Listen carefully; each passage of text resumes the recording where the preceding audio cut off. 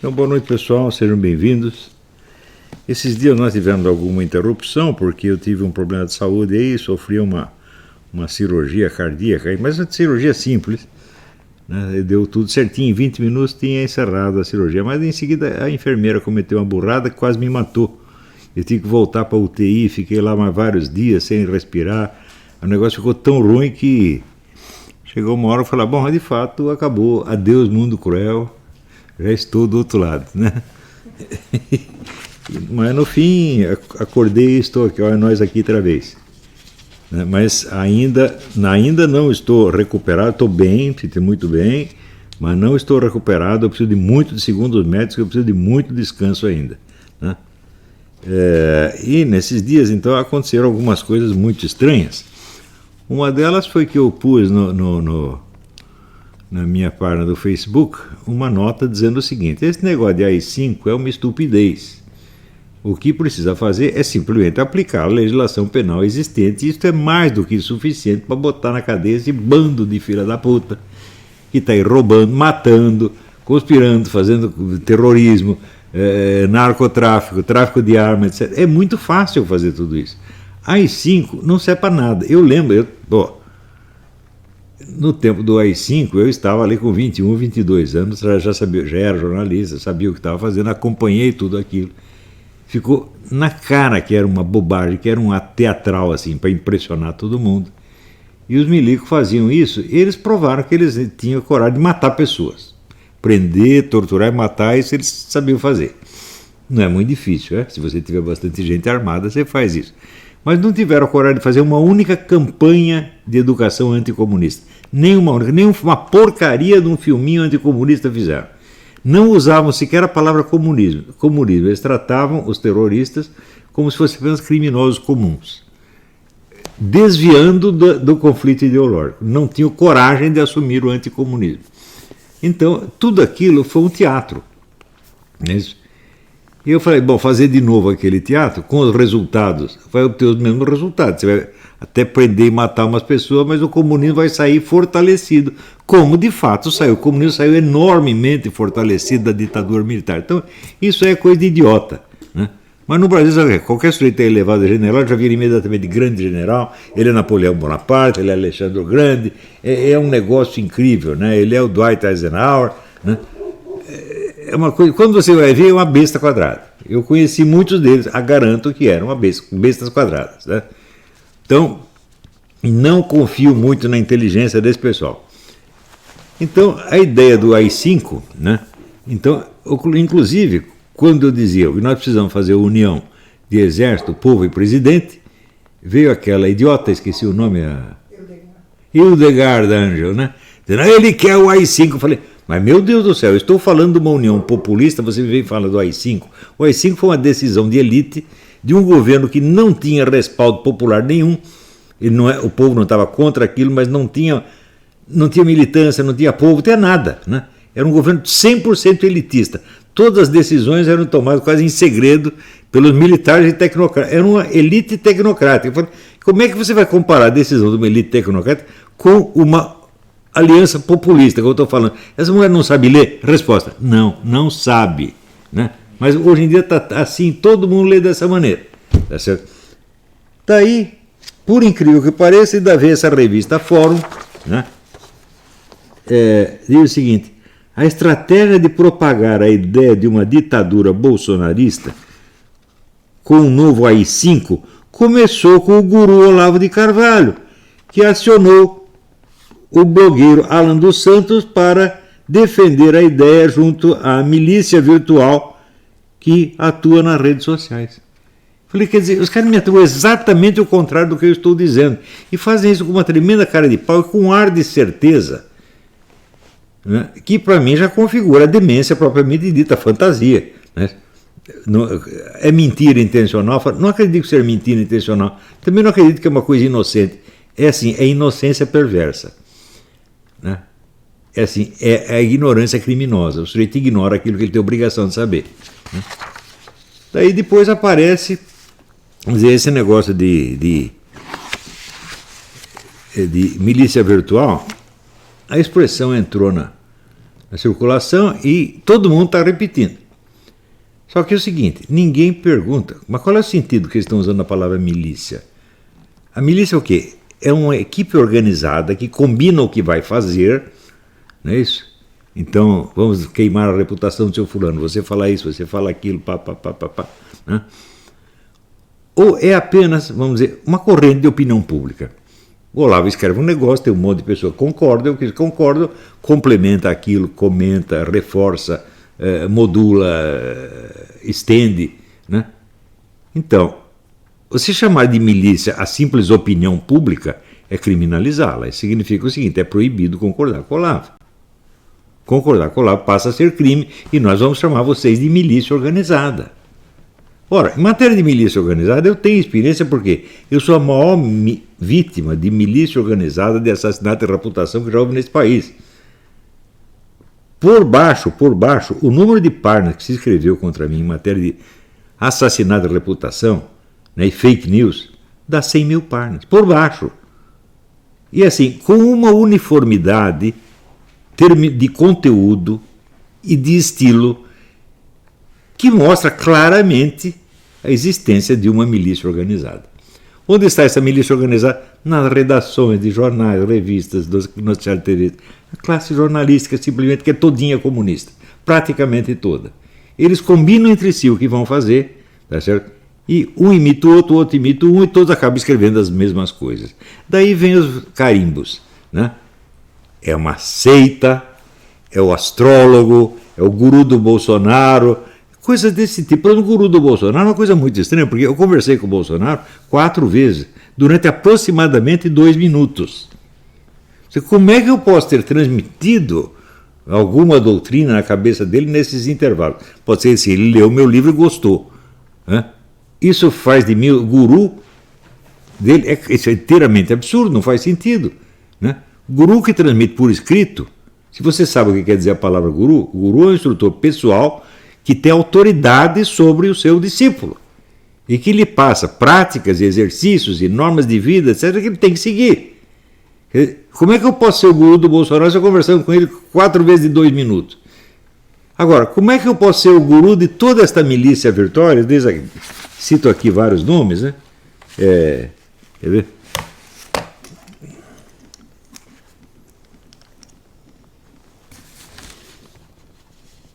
Aqui, ó.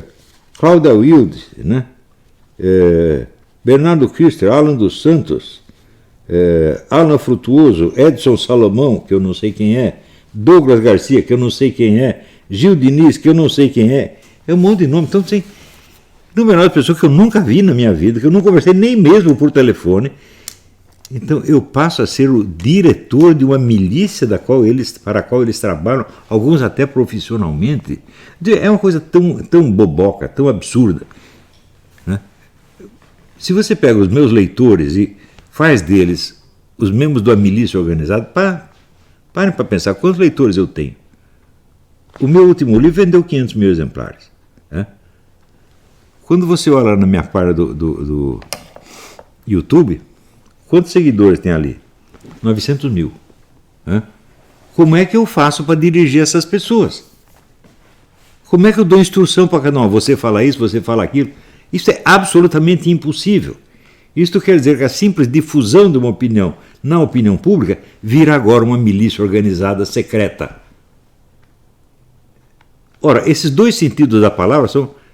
A palavra é a mesma, mas quer dizer duas coisas perfeitamente diferentes. Num caso você está se referindo a uma entidade real, quer dizer, uma organização, um grupo organizado que está atuando e que tem um chefe, evidentemente, e tem objetivos práticos. E no outro caso você está usando apenas a imagem desse grupo como uma figura de linguagem para tornar feia a opinião pública. Não é a mesma coisa, é? Num caso, você está falando de um fenômeno real, no outro caso, você está apenas qualificando impropriamente uma outra coisa que é totalmente diferente. Até hoje, os que falam disso não esclareceram em qual sentido usam a palavra, porque a maior parte deles nem mesmo percebe a diferença de nuance entre usar a palavra como termo rigoroso e como figura de linguagem. Então, no Brasil está assim, qualquer figura de linguagem passa vamos dizer, a ter uma espécie de presença objetiva física na sua frente. Isso é alucinação. Hã? Tem um pessoal que está na Câmara dizendo: nós lemos o relatório do seu Alexandre Fruta e levamos o negócio a sério. Você sabe o que é Alexandre Fruta? Alexandre Fruta é um sujeito que confessou um estupro em público, e achando bonito e dando risada. Está lá no programa do Rafinha Vasco, basta qualquer um pode vê-la no YouTube. É claro que esse sujeito não bate os pinos. E a investigação que ele fez, você leva isso a sério, era uma maravilha, né? Ele é que descobriu que tem um grupo organizado, chefiado pelo Olavo, um grupo de 500 mil pessoas aproximadamente, o Olavo fala com cada um, né? É o que falou o Rodrigo Gurgel, ele esteve aqui e falou: pô, mas eu passei um mês aqui, não vi nem você falar no telefone nenhuma vez. Então é tudo por telepatia, meu Deus do céu, né? Então, olha, o relatório, a investigação pessoal que o seu Fruta fez, né? É assim, é um negócio tão sério que, veja aqui, aqui é a revista mesmo, acho que é o Fórum, né? Sei lá. Entrevista, o senhor falou a respeito de algum sujeito chamado Jefferson ou Jeffrey, que teria um papel preponderante dentro dessa rede de produção de fake news. Quem é ele? Sim, o Jeffrey Richard Nyquist, né? É uma pessoa que já apareceu há algum tempo dentro da Câmara. Ele muitas vezes foi visto no ativismo. Hoje não se encontra, hoje ele se encontra no Partido Novo, mas ele vem prestando e oferecendo serviço com cobrança de um valor entre 15 mil e 20 mil para trabalhos de redes sociais, programas de redes sociais dentro da Câmara.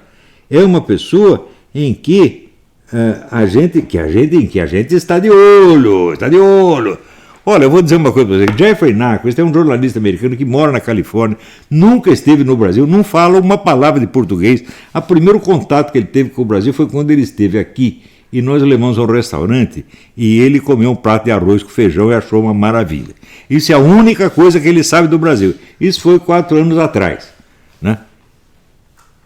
Agora, este homem aqui, o seu Fruta, está vendo o Jeffrey Nyquist dentro da Câmara, manobrando e recebendo 15 mil para isso, 20 mil para aquilo. É claro que ele leu esse nome em algum lugar e inventou essa historinha. Ele está inventando historinha, gente, fazendo vocês de palhaço, vocês não perceberam ainda? Quem quer que leve a sério o Alexandre Fruta por mais de 5 minutos está sendo feito de trouxa, se é que já não é trouxa desde o início. Mas isto é a situação do Brasil. O Brasil já virou um negócio de hospício. Agora, quando você vê essas situações desse tipo de loucura generalizada, é porque alguém mentiu em coisas básicas, né? Então, vou contar um negócio para vocês. Eu tenho prática desse negócio de fake news, sabe por quê? Eu inventei o primeiro Media Watch do Brasil, que foi o Mídia Sem Máscara, né? E desmascarei até o famoso Observatório de Mídia da USP, que provei que era uma entidade financiada pelo Jorge Soros e ligada a toda uma rede de organizações políticas militantes comunistas internacionais. Nós desmascaramos milhares e milhares de fake news naquela época, né? Então esse negócio de fake news, eu entendo, eu sei como é. E eu fui objeto de fake news da parte da revista É Porca, da revista Veja, da Folha de São Paulo, toda a classe jornalística, meu Deus do céu, né? Tanto que eu só não peguei a minha carteirinha de jornalista e mandei para o presidente do sindicato enfiá-la no cu, porque eu não conseguia encontrá-la. Hoje em dia, digo o seguinte: você pode me chamar de quem quiser. Você me chama de filha da puta, de viado, de cafetão, mas de jornalista não me chame, porque é a pior ofensa que existe. Se o jornalismo é aquilo que se designa por esse termo no Brasil, então é uma ofensa gravíssima me chamar disso aí. Este pessoal divulgou, seriamente, para o pessoal do Brasil 171, o Diário do Cu do Mundo, da Veja, É Porca, divulgou coisa seguinte: o Olavo de Carvalho fez ameaças à mão armada para os seus filhos. Os filhos, evidentemente, negaram. Ameaça à mão armada, ele não me ameaçou nem de bater com chinelo, porra. Daí sim, o Olavo está ilegalmente nos Estados Unidos. Divulgaram isso, meu Deus do céu. Assim, o curso do Olavo é uma seita na qual ele mantém os seus alunos sob terror eles não podem discutir nada, coitadinhos. Assim, pessoas que nunca estiveram na minha aula inventavam essas porra. Teve até um sujeito que disse, não, mas eu sei porque eu estive lá. Ele disse, eu estive lá, mas eu não tinha interesse em filosofia, eu só queria fazer contatos. Veja a confiabilidade dessa testemunha. Agora, existem milhares e milhares e milhares de testemunhas de meus alunos que dizem que não é nada disso. Entre outras pessoas, vamos dizer, que apreciam os meus cursos, você tem o jurista Ives Gandra Silva Martins, o Miguel Real, os grandes escritores brasileiros como Jorge Amado, Herberto Salles, tudo isso não significa nada. Mas manda um Zé Mané analfabeto lá, que assiste 2 ou 3 aulinhas, não entende nada, fala um monte de besteira. Ah, isso sim, vale. Ou essa mulher que esteve aqui falando um monte de besteira também, ou o empregadinho do Fernando Henrique. Fernando Henrique morre de inveja de mim, porque ele sabe que eu sou um cientista político, ele é apenas um farsante, ele é apenas um autopropagandista, um homem que quer subir na vida. Eu estou fazendo o meu serviço, pouco me interessa se eu vou subir na vida ou vou ficar na mesma altura, porque eu sou o que eu quis ser um escritor, capacitado em certas áreas, como filosofia, ciência política, etc. É exatamente o que eu sou. E estou muito satisfeito, estou muito feliz, me considero intelectualmente realizado, ainda acho que falta fazer alguma coisa, mas esse pessoal não. Intelectualmente, o Fernando Henrique é um fracasso, porque depois de fazer carreira anos a fio como professor universitário, escritor livre, eles esqueçam o que eu escrevi. Quer dizer, o que eu escrevi não vale nada. E ele também não vale nada. Então, é claro que esse sujeito morre de inveja de mim. Ele queria ser o que eu sou, não conseguiu ser. Conseguiu subir na vida, ganhar dinheiro.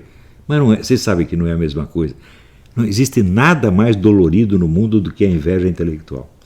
A inveja material, você ainda tem a esperança de poder ter aquelas coisas um dia. Mas quando você tem inveja intelectual, como tem o Fernando Henrique, ou tem o Lobostão, você sabe, ou tem o Rodrigo Cocô, você sabe que você jamais vai ter aqueles bens, porque quanto mais você inveja, mais você se degrada intelectualmente e mais você se afasta do ideal cuja presença te humilha e te envergonha. Então, está cheio de gente assim nas redações, ex-futuros escritores. Eu sou jornalista, eu sei, infelizmente eu sou jornalista, eu conheço a classe. E essas fofocas, bicho, eu sei como é fofoca de redação. Aquilo ali sim, é militância organizada mesmo. E não estão ligando se o que estão dizendo é falso. Por exemplo, eu vou lá entrevistar o Olavo, daí chama uma fotógrafa. Fala, vem aqui. Você faz uma fotografia dele com uma arma na mão. A arma não tem nada a ver com o assunto. Mas se botar a arma, eu estou dizendo aqui que ele é um truculento fascista, e você põe a arma, isso aí dá um reforço. É assim que se faz. Isso é o que eles chamam de jornalismo no Brasil. O que chama de jornalismo no Brasil é o que essa porcaria desse fórum fez. Olavo de Carvalho passou a ideia do AI-5 para o Eduardo Bolsonaro. Não apenas não passei, como disse que era o oposto. Eles invertem o sentido do que você disse e fazem isso assim, com um ar de certeza total, como esse Alexandre Fruta está fazendo. Ele fala, eu estou de olho no tal do Jeffrey Nyquist, de mim não escapa, ninguém me faz de trouxa. E os outros idiotas vêm e acreditam. Vocês, deputados, vocês acreditam nesse lixo de criatura, nesse estuprador, confesso, nesse maluco, transformando o Congresso Nacional num circo. Até onde vai esta merda, porra? Então, gente, eu não posso prosseguir a aula muito, eu não posso me esforçar muito, eu tenho que descansar, eu vou parar por aqui, não vou nem responder perguntas. Vai ficar para a semana que vem, vamos ver se semana que vem eu estou com um pouco mais de gasolina e nós aprofundamos um pouco este assunto, algum outro melhorzinho, porque isso aqui faz parte, sendo um estudo de merdologia, tá entendendo? Mas é o que... Veja, essa semana não tive muito tempo para estudar, nem pensar outras coisas, mas essas coisas chegam ao meu conhecimento mesmo que eu não vira, tá bom? Então, até a semana que vem, muito obrigado.